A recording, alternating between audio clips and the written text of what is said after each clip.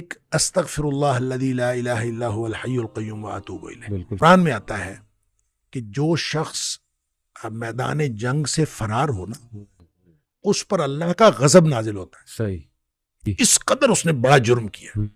نبی کریم صلی اللہ علیہ وسلم فرماتے ہیں کہ جو شخص سوچ سمجھ کر 3 دفعہ یہ پڑھ لے، استغفر اللہ الذی لا الہ الا هو الحی القیوم واتوب الیہ، 3 دفعہ سوچ سمجھ کے پڑھ لے، نبی پاک صلی اللہ علیہ وسلم نے فرمایا اللہ تعالیٰ اس کے سارے گناہ معاف کر دیتا ہے، چاہے وہ میدان جہاد سے فرار ہوا ہو. اللہ اب اندازہ کریں پیچھے بات کیا رہ گئی. اللہ، یعنی اتنا بڑا اگر گناہ اس سے سرزد ہوا ہے اور وہ اللہ سے معافی مانگتا ہے، استغفر اللہ الذی لا الہ الا هو الحی القیوم، 3 دفعہ یہ کہتا ہے تو اللہ تعالیٰ اس کے سارے گناہ معاف کر دیتا ہے. پھر حدیث میں آتا ہے کہ سبحان اللہ و بحمدہ، صحیح، جو شخص یہ 100 دفعہ پڑھتا ہے صحیح، سبحان اللہ و بحمدہ، بس اتنا، صحیح، اور اللہ تعالیٰ اس کے گناہ معاف کر دیتا ہے چاہے سمندر کی جھاگ کے برابر ہو. کیا بات، یعنی جتنے بھی گناہ ہیں اللہ صحیح، تعالیٰ معاف کر دیتا ہے. بالکل ٹھیک. تو یہ اسی طرح جو اللہم اجرنی من النار ہے، جی ہاں، جی ہاں، یہ 7 دفعہ اگر کوئی شخص صبح کے وقت پڑھ لے، صحیح، 7 دفعہ شام کے وقت پڑھ لے،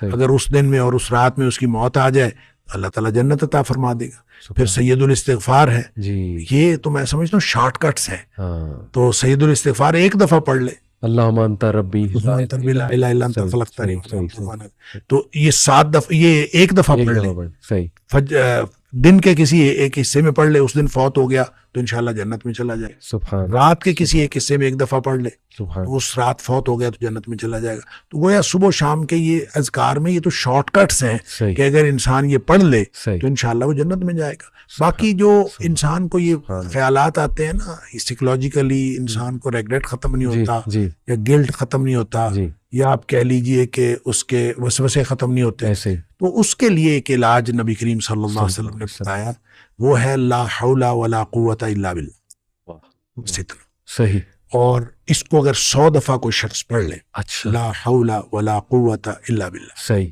صحیح، لیکن پڑھنا کیسے ہے؟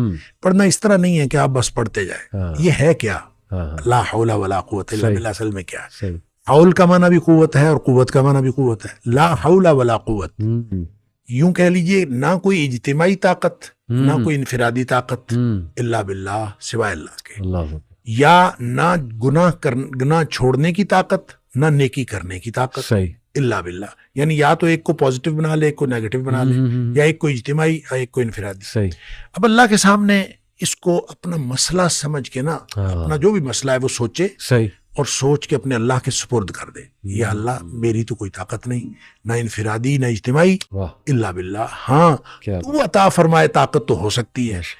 کیوں میں اس کو کہتا ہوں یہ بے بسی کا کلمہ ہے. بے بس آدمی اپنے اللہ کے سامنے بے بسی کا اظہار کرے اس کلمے کے ذریعے. صحیح، صحیح، تو پھر یہ نبی پاک صلی اللہ علیہ وسلم نے فرمایا، جس شخص نے کہا تھا نا مجھے وسوسے آتے ہیں، جی، آپ نے فرمایا لا حول ولا قوت الا باللہ پڑھا کر، تیرے وسوسے بھی ختم ہو جائیں گے اور اس کے علاوہ اللہ تعالیٰ تیرے 100 مسئلے حل کر دے گا. واہ، واہ، آپ اندازہ کریں، سبحان، آپ اندازہ کریں ایک شخص کے 100 مسئلے ہوتے نہیں ہیں، صحیح، صحیح، 2 نہیں تو 4، 4 نہیں تو 6، صحیح، 6 نہیں تو 8، کیا اس بات، سے زیادہ مسئلے تو کسی کے ہوتے ہی نہیں. ایسے ہی، تو لا حول ولا قوت الا باللہ پڑھنے سے اس وسوسے بھی دور ہو جاتے ہیں. اور اس کے علاوہ، اور وسوسے جب حدیث میں اس کا لفظ وسوسے آتا ہے تو میں اس کا سمجھتا ہوں کہ اس سے مراد سائیکولوجیکل پرابلمس ہیں. تو جتنے سائیکولوجیکل پرابلمس ہیں وہ اس سے حل ہو جاتے ہیں. خوبصورت، اللہ کا ذکر ہر اعتبار سے بہترین ہے، لیکن بعض تو بالکل ایسے ہیں جیسے وہ تیر بہدف ہیں. کیا بات. تو اور یہ شیخ اس کو جنت کے خزانوں میں سے بھی، بالکل اس کو لا حول ولا قوت الا باللہ، اس کو نبی اکرم صلی اللہ علیہ وسلم نے جنت کے خزانوں میں سے خزانہ بھی قرار دیا. کیا، اور جس کو جنت کا خزانہ مل جائے اس کو اور کیا چاہیے. آپ کو شاید میں نے یہ واقعہ پہلے سنایا ہو. جی، میرے والد صاحب رحمۃ اللہ علیہ بہت زیادہ ذکر کیا کرتے تھے جوانی میں. صحیح، اور ہماری دادی بھی بتایا کرتی تھی کہ یہ محی الدین بڑا ذکر کیا کرتا تھا. تو اس کے مختلف وہ جنگل میں چلے جاتے تھے، بعض کا اپنا ان کا تو طریقہ کار تھا. والد صاحب نے خود مجھے یہ واقعہ بتایا. وہ کہتے ہیں کہ مجھے ایک دفعہ یہ حدیث نظر سے گزری کہ جنت کے خزانوں میں سے خزانہ ہے لا حول ولا قوت الا باللہ. تو کہتے ہیں میں نے اس کے بعد باقی سارا ذکر جو ہے کم کر دیا. اچھا.